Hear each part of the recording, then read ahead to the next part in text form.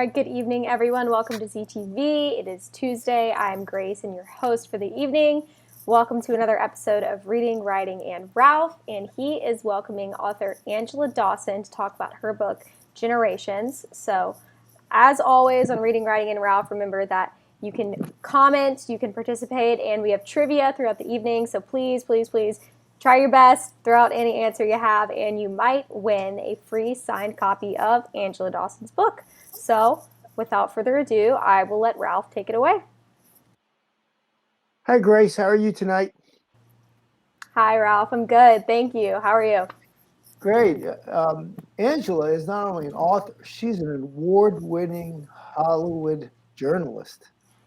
Yeah, so I And heard. so, yes, and I think we'll ask the audience tonight if they want to know if she's interviewed any specific Hollywood personality to type it in the comment section so that we can see if everybody's awake out there.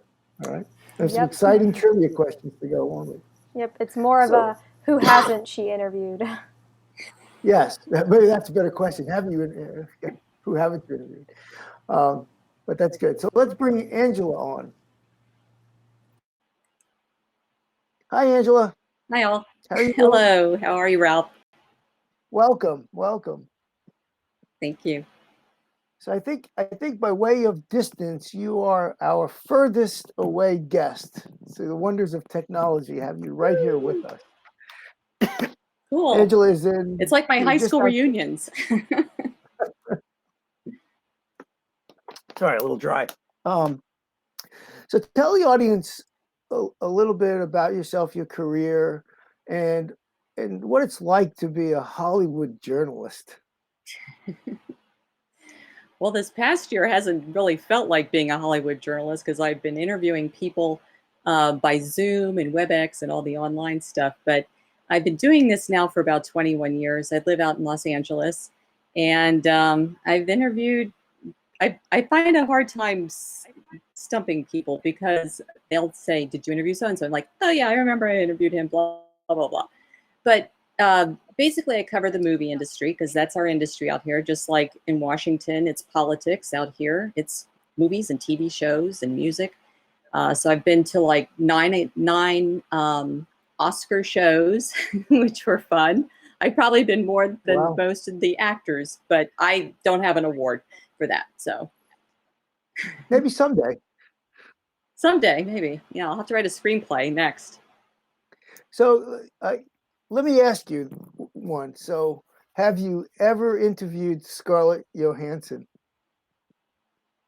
Yes, I have interviewed Scarlett Johansson. In fact, the first time I interviewed her was for Ghost World, way back when she was a little teenage girl. She was very talented even then. And she was always very charming, very sharp, bright beyond her years. And I knew then that she was going to have this amazing career. I don't know it's going to be this amazing, but she was very impressive even back then. So, yeah. She's great. Yeah, love her. Yeah, she is. She's getting into some more deeper and darker roles, and of course the superhero movies. Black Widow. You said just don't die. Yeah, I think comic book movies are here to stay. I think you're probably right. They're a lot of fun. So, when did you begin writing, and what inspired you? Well, I've always loved writing. When I was in grammar school, when I was at Visitation Academy, I enjoyed writing. The nuns. I went to an all-girls Catholic school, and they encouraged us to write and read. We read a lot. I think I started reading when I was about 4 years old, 5 years old. Of course, today that's not even that impressive because kids are reading like at 3. So I feel like I'm a slacker by comparison. But I love to read. I always had an imagination, and I wrote about things. I even wrote about like superheroes when I was little. I remember I wrote a kind of a superhero story called Brave Betty when I was about like 9 years old. Wow.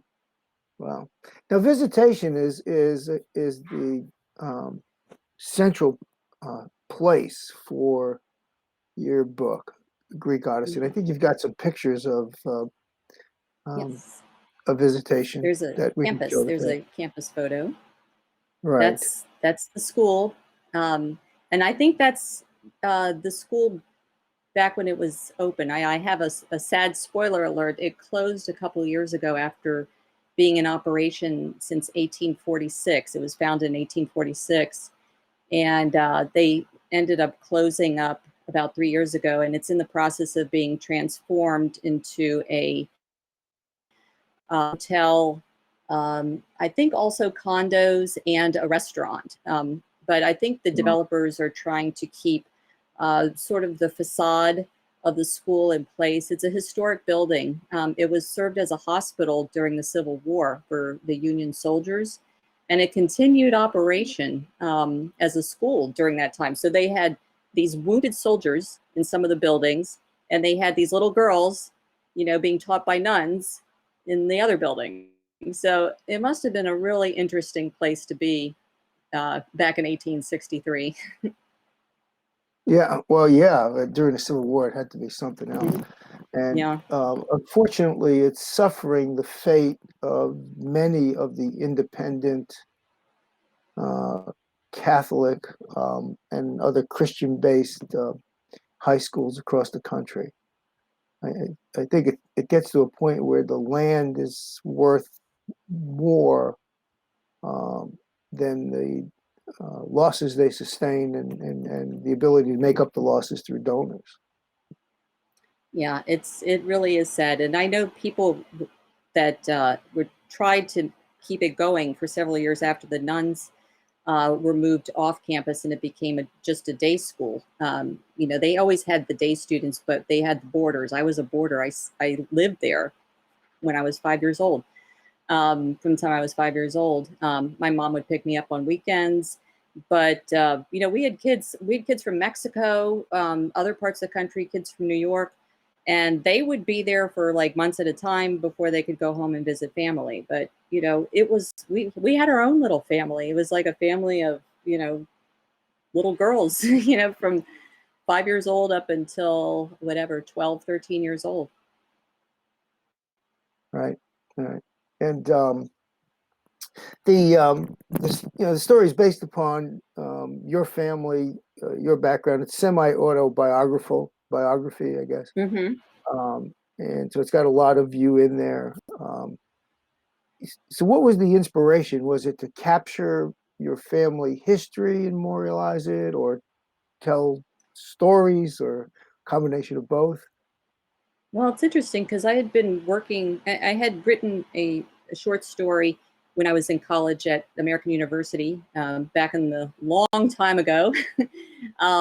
It was strictly about my grandmother's experience because she had been a young bride who was in a brought here to the United States from a small town or village in Greece. She didn't know who they were having her married off to until she met him briefly before she was married. She was still 16, 17 years old at the time. And I know it sounds horrific right now, but I mean, this was almost a common practice back then. The United States at that point had really tightened immigration. So you had to be related to someone, preferably married or a child or a father or mother, to come to the United States at that point. And her adoptive family had already immigrated here, but they hadn't gotten all the paperwork for her. She was like unofficially adopted by a family, so they couldn't get her to immigrate with them. So she had to wait and live with her adoptive mother's parents and until she was about 16, 17. And then the way to get her to the United States was to marry her off to this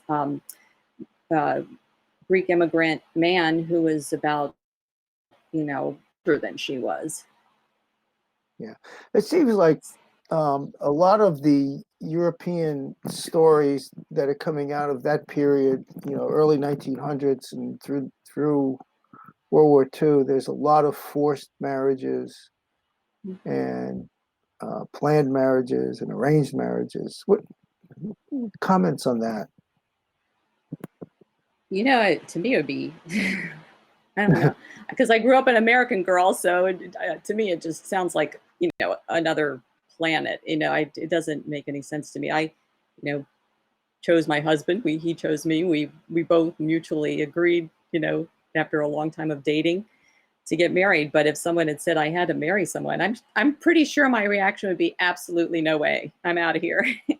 But she had to listen. She, that's the culture she grew up in, is that you had to listen to your elders and what they told you to do. And, I think, and I tried to bring this across a little bit in my story, that although she never, I don't know if she ever really loved my biological grandfather, but she grew to accept him as her husband.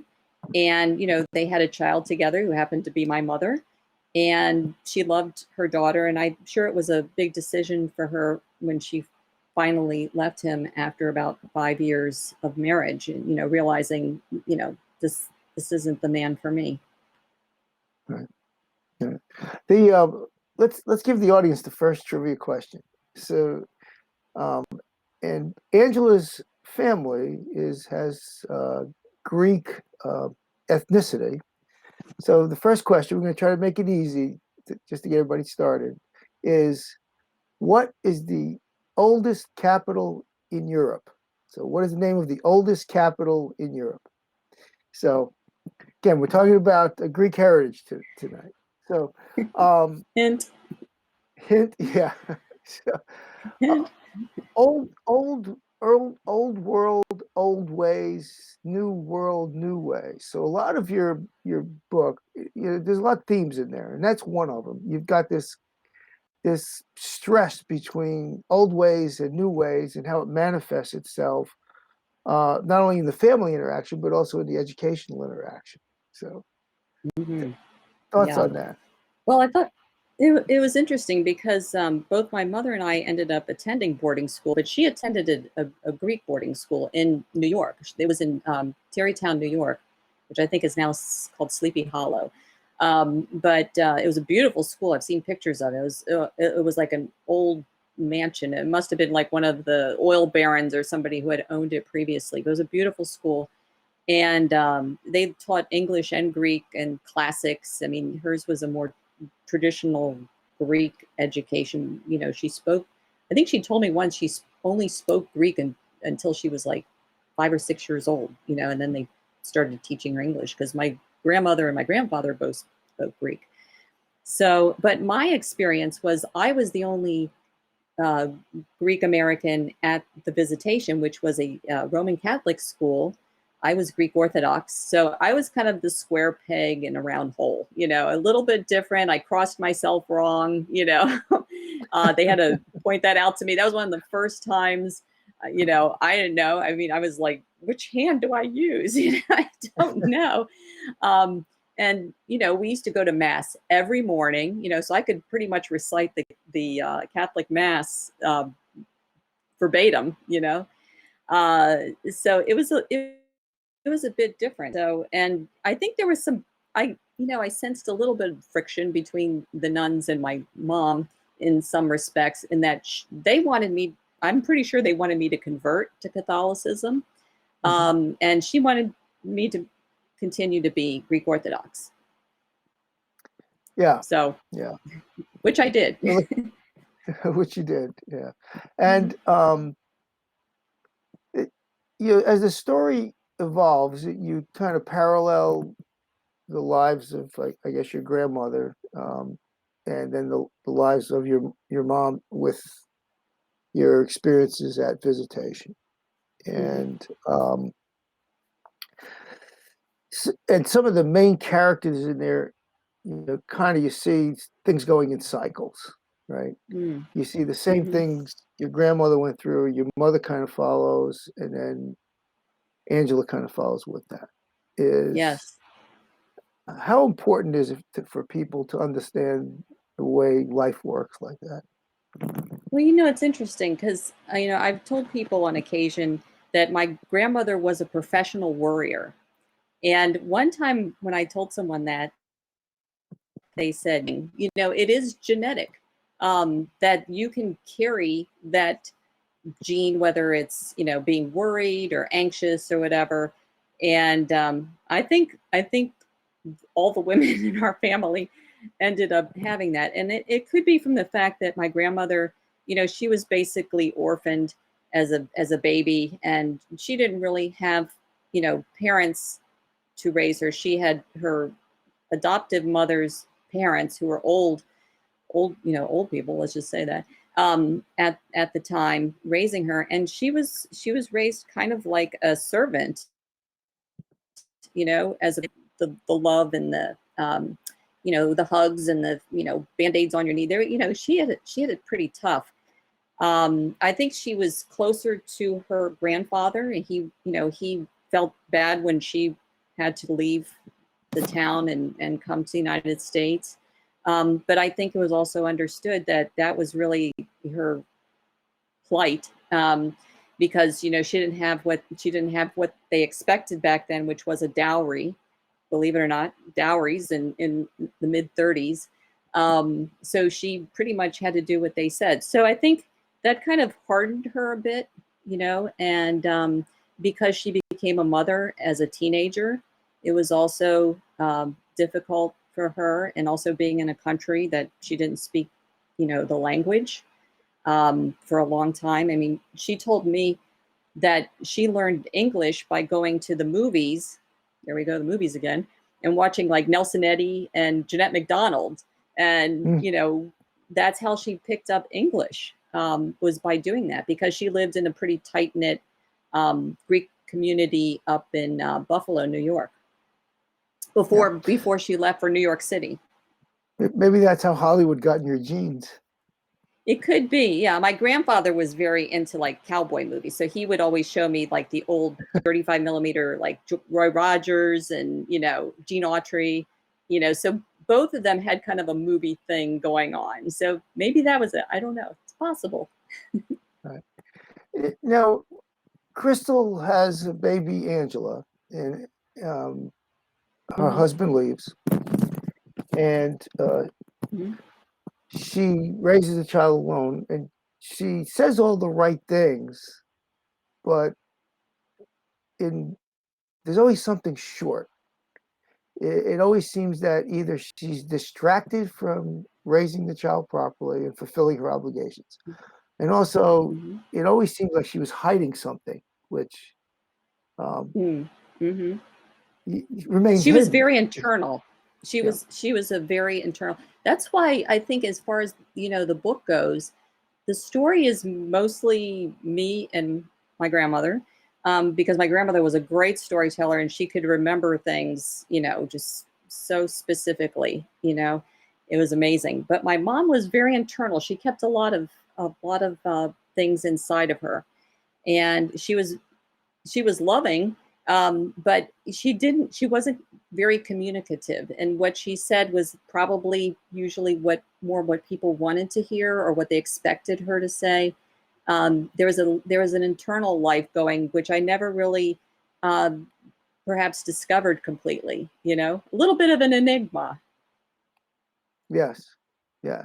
And there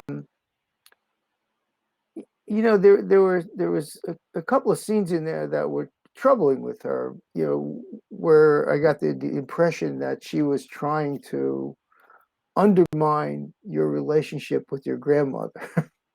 Yeah, it could be. So, I mean, I figured when I wrote this, I wanted to kind of do a warts and all, and there were things that I initially hesitated in writing about, but I feel like, to me, honesty is the best policy. And if I was going to write this, I was going to put all the warts and all. And I read some of this to my mom, but she passed away in 2012, and I had written some of it at that point, and I don't know, she didn't say a lot about it, but as I said, she was a very not introvert, but I mean, she kept a lot of her emotions inside, and so I don't really know what she thought. I think she was very proud of the fact that I was a writer, but I'm just not sure if she was all that keen about having her life, exposed. My grandmother, on the other hand, she's like, yeah, no problem. She would be doing the whole circuit if she were still around today. Yeah, there was a lot going on there between those three characters, three generations. I think you have a picture of the all three of you together as well, don't you? Do we? I'm not sure if Yeah. I sent that one over. There, I mean, there's the book cover where you The have book cover, the yes, three of us it's on the together. book Yeah. cover. There it is. Yes. Yeah. There's my grandmother on the left, my mom in the middle, and there's me and the cat, Princess, on the right. Yeah, that's good to say. But there was that ongoing tension, and then there's one scene in the book that's brutal, and that's the robbery in the record store. Yeah, that Now was one of the have to ones I wrestled. I didn't know if I wanted to put that in there, but it was a period of time, and this was in Alexandria because they had my grandparents had a record store in Alexandria for several years. They started, I think, in the early 60s, and it closed, I think, around 75 or 76. And in the mid to late 60s, it was, Old Town Alexandria wasn't this tourist mecca. It was kind of rough and tumble in a way, and there was some, it was a period just in general where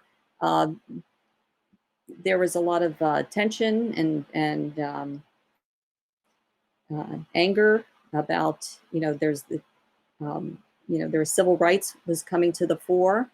And, Alexandria, of course, as we know, was going through its own transitions. And so, and running a business, a shop like that where, attracts a lot of young people anyway, it was a record store. They had to be very careful back then. It was a dangerous, dangerous time. I mean, I think all times might be dangerous, but, there was some really scary moments. My grandmother at one point, she chased a shoplifter down the street, which must have been a sight because she was a little heavy set by then. And she didn't care. I mean, I'm like, what if he had a gun or something? And she's like, oh, no, they're not going to steal from me. So, it was kind of a scary time. And unfortunately, my uncles, both of them actually got severely injured, one more than the other. And it's really unfortunate that happened. But, it was, as I said, I wanted to show the truth, and that's what happened. Yeah, that was very, very tense scene.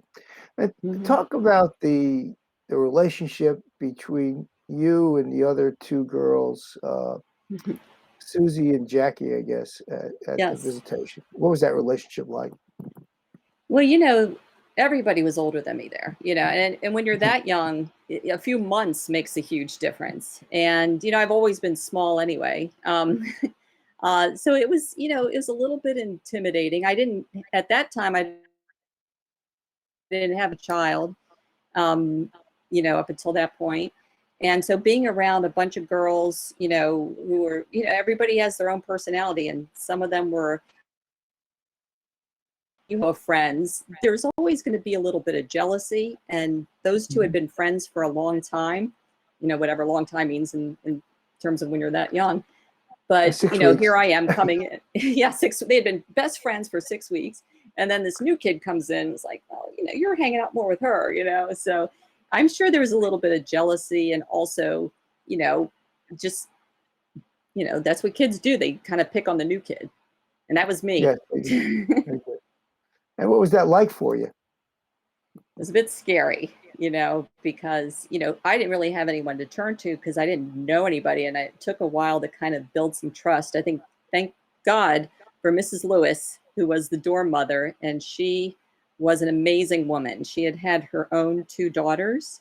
There's Mrs. Lewis with the 2 of us girls. That is not Jackie and Susie, but there's her 2 other girls that I went to school with. And this woman was amazing. I mean, she's if there are saints, she is definitely one of them now. She had raised her own 2 daughters. She was from Ohio. And she lived there at the campus with the girls. And a lot of people complain about taking care of kids. I mean, she had, I don't know, what was it, 30 kids under her care 24/7. Wow.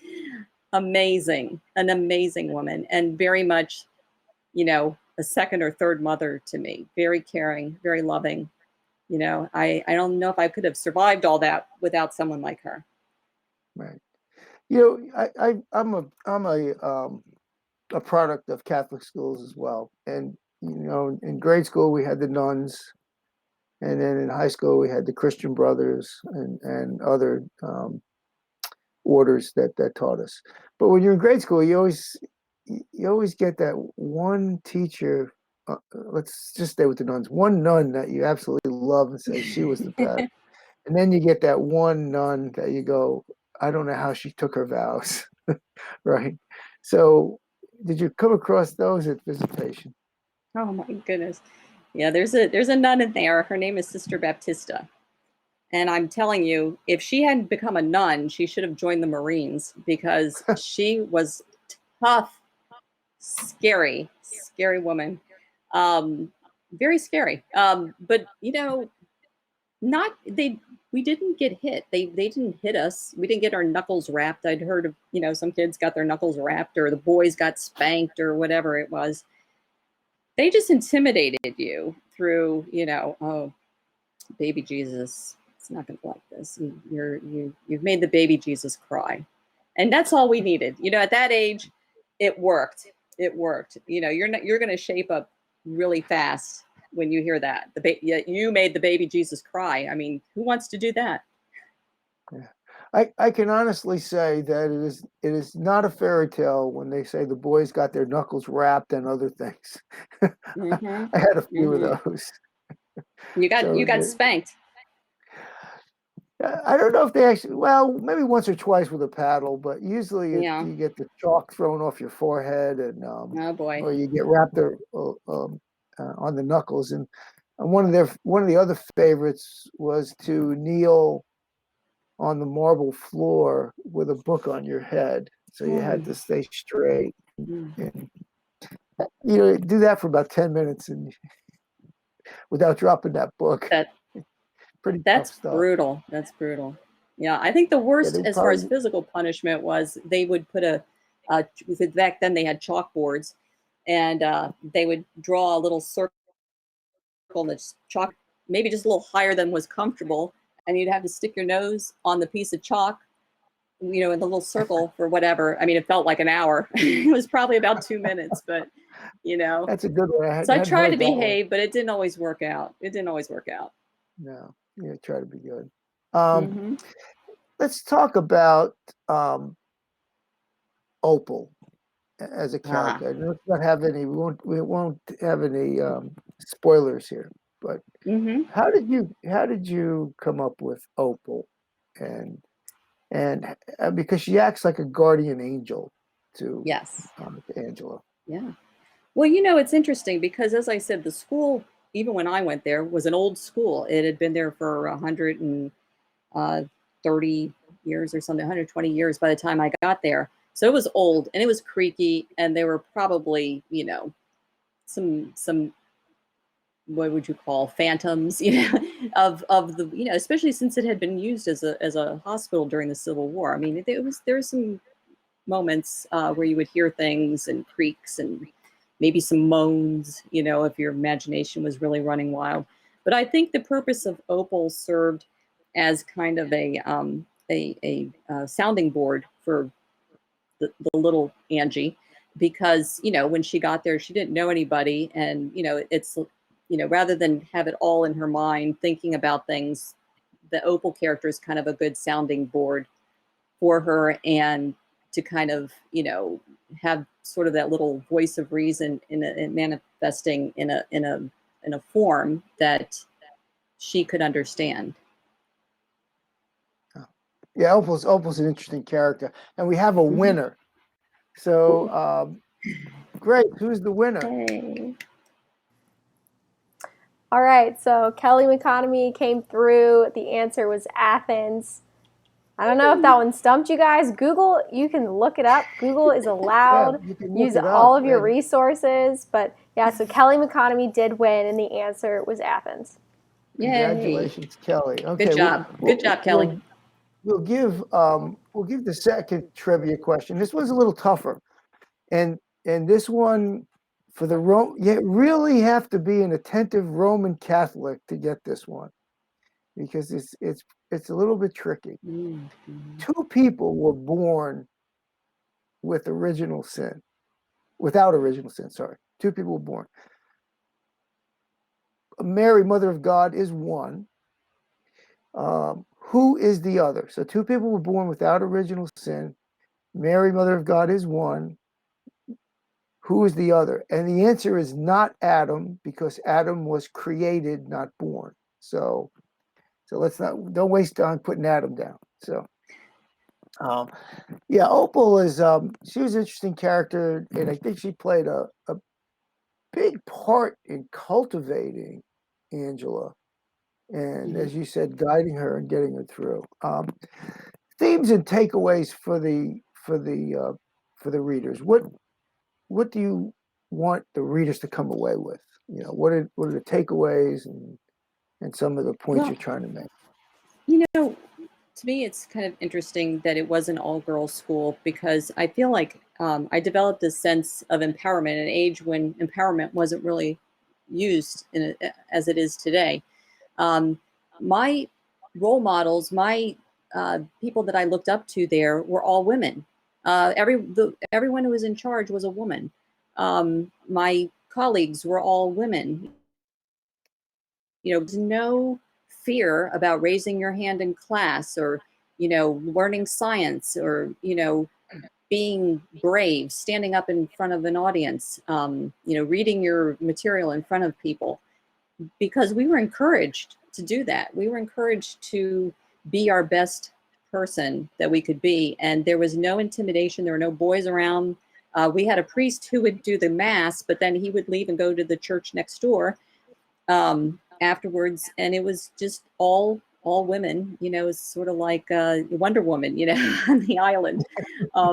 So I feel that there's something to be said for an experience like that, and perhaps maybe there should be more education where women can they can have these gender specific schools, because I think it really helped. I mean, I ended up going to a co-ed school in middle school and high school, so I got that experience later on. But I think in terms of the foundation, I thought it was a very good and appropriate experience for learning and socializing and becoming a person who's not afraid to speak up and speak out and tell the truth and all that good stuff.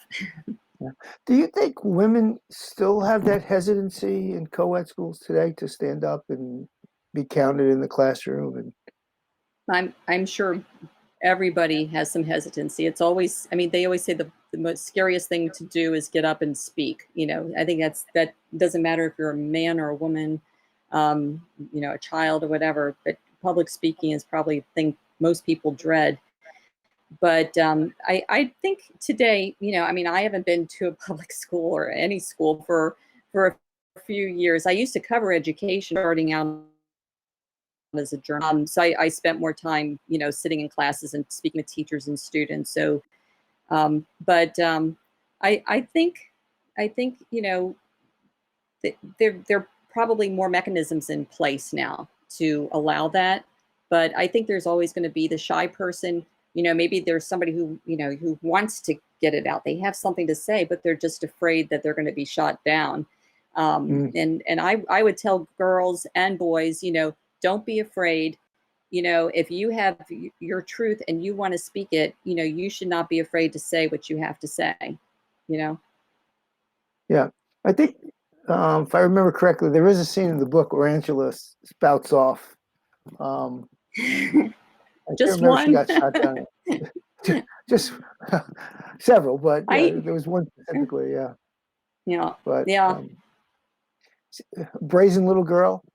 Yes, a little bit. But it's like whatever I learned there. It's like you can't blame me for being who I was, because whatever I learned from being there, and probably from my mom and grandma in a way. But I really don't hesitate. I mean, I'm not going to say something nasty about someone, but I try to say what's the truth, and I like people to be honest and fair, and but I also think if you don't have something nice to say about someone, don't say anything at all. Yeah, but even when your mother brought you to the school and left you, um, you seem to be able to adapt rather quickly. So there Yeah, was, maybe a little bit of crying, but then you were right into the routine, uh, yeah. pretty seamlessly. I Uh, don't know. I why do think what kids are a accounts for lot that? more. Yeah, I don't know if it's me or just, kids are resilient. I mean, look at what happens, to kids that are in wartime and stuff. I mean, they have a lot of resiliency. And I mean, I don't think they should have to go through that. I don't think you should have to go through anything traumatic to bring out your, how you can take care of yourself. But I think we don't give a lot of credit to kids. And I was just watching this video today of a little boy who was speaking out about the mask situation. And, whatever your opinions are on the mask, this boy had an opinion about it. And he got up, and I think it was at a school board meeting, and he said what he had to say about how he felt about it, and how, it was just kind of heartbreaking. But I admire his courage for getting up and saying what he had to say. And I think that at some point, whether you're 5 years old or you're 50 or whatever, you have to just say what is true, and explain why it is that you believe a certain thing. And he was very eloquent about it, and I admire him for that. good, good. Yeah, yeah. Kids will be kids, but there's no sense being shy. Yeah, It's a life he might lesson. have been shy, but he had something to say, and he said Yeah, it. and he did. I think I saw the Yeah, video, the clip. yeah, Um, yeah, Pretty amazing that he got up and did that, but he had something to say. right. What else? His What teacher's else would not you going to like to like tell it the though. audience? What else would you like to tell the audience? Where can they get the book? What's next? Okay, so the book I ended up publishing on Amazon, because I was going to go the route of sending it to publish. I know people who have done that, and I think that's good. It's probably the better way to do it. I would probably recommend that way. But being who I am, and a little bit stubborn and protective of this particular material, and maybe my next book I won't be as protective, but I wanted to be exactly in my words. I didn't want anybody to touch a word of it, and that's not going to happen when you submit a book, as you know. Yes, You're gonna have editors, and people are gonna rewrite it, and they're gonna tell you to go back and do this and do that. And I felt this was what I had to say, and I was just gonna put it out there. So I did just publish it myself on Amazon, and it's Generations: A Greek Family Odyssey, and it's available in paperback and on Kindle. yes, yeah, and it's a good read. It's a fun read. So, Yeah, are you it's short, planning? so you don't have to spend ages reading it. It's No, succinct. and are you planning on a second book or? Yes. Well, after my time at Visitation, we moved to Florida. So that's a whole other book, because it was like a completely different lifetime. I don't know if you've ever lived or been to Florida, but it's definitely its own place. And it was I mean, talk about sleepy towns. Oh my goodness. I don't even think we had our own movie theater to begin with. There was none. And it was a sleepy town, and it was one of those where you left your doors open, and neighbors would come in and out, and no locks. When I got home from school, I took my shoes off. I didn't wear my shoes for the rest of the day. Just ran around outside with no shoes on. Wow. And as you Dodging talk about blizzards Florida, and. one of my favorite places in Florida, and it's got a Greek theme, is Tarpon Springs. Oh yes, yeah. We lived just north of Tarpon Springs. I was in Newport Okay. Richey. Okay. Yeah. So you're familiar with So if Tarpon Springs. Tarpon Springs, yes, the best Greek food this side of the Atlantic. That's all I could say. I mean, it's the real thing. If you get a chance to go there, go there. And if you can't get to Greece this year, go to Tarpon Springs, and it'll be about as close as you're going to be able to get, aside from like Astoria, New York. Yeah, I'd rather go to Tarpon Springs. Yeah. Yes. Yeah, it's cheaper to get into. You got to pay $18 to get into New York City now. Oh my gosh, it's crazy, isn't it? Yeah, it is. Absolutely. Yeah. But great. So thank you for coming on. Thank you. It was wonderful. You're a terrific guest. When you get your second book done, let us know. We'll certainly get you back on and get you lined up for a review. All right. She's a good writer and a fabulous Hollywood journalist. She, as we said earlier, she's won awards and has interviewed lots of good people, including Brad Pitt. Yes, I have a picture with him. I should have sent you my picture with Brad. Yes. Oh my God, it's crazy. I don't usually go gaga over people, but I have to tell you, when I saw him, in person, it's like he's not real. So, who was your favorite person to interview from the Hollywood era? I would have to say my favorite interview of all time was Julie Andrews, because naturally, what was the movie we watched when we were in Catholic school? Of course, Sound of Music, Julie Andrews. And so when I finally got a chance to Princess Diary movies with Anne Hathaway, I got a chance to interview her. And, I was a little nervous about interviewing her because they always say, don't meet your idols, right? Because they'll disappoint you. Not a disappointment. She is a wonderful, wonderful lady, very kind, very grandmotherly. And she was writing books. I don't know if she's still writing books, but she was writing books with her daughter, some kids' books. And she has a wonderful, actually, I'm going to plug her book. She did an autobiography called Home. And if you haven't read it yet, it's excellent. But it's really the early part of her life too. They're really good. She's great. Wow. So let's go to the other side of the spectrum now. The one interview that you shake your head and you go, I really wish I hadn't done that one. Ooh, do I really have to confess that? There have been a few tough ones. And I can't say I regret it, because I was thrilled to interview this person, but he was just a little bit tough to interview. Actually, there's a couple guys that are, and you probably have heard, things, and I can just confirm that they're true.